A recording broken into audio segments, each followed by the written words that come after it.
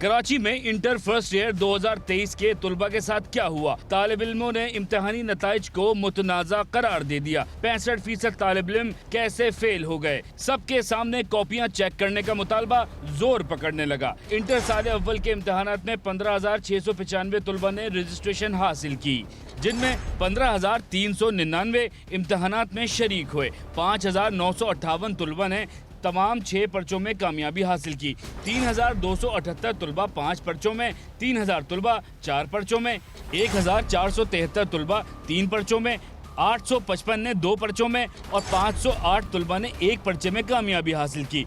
Fail होने वालों का तनासुब 65% रहा।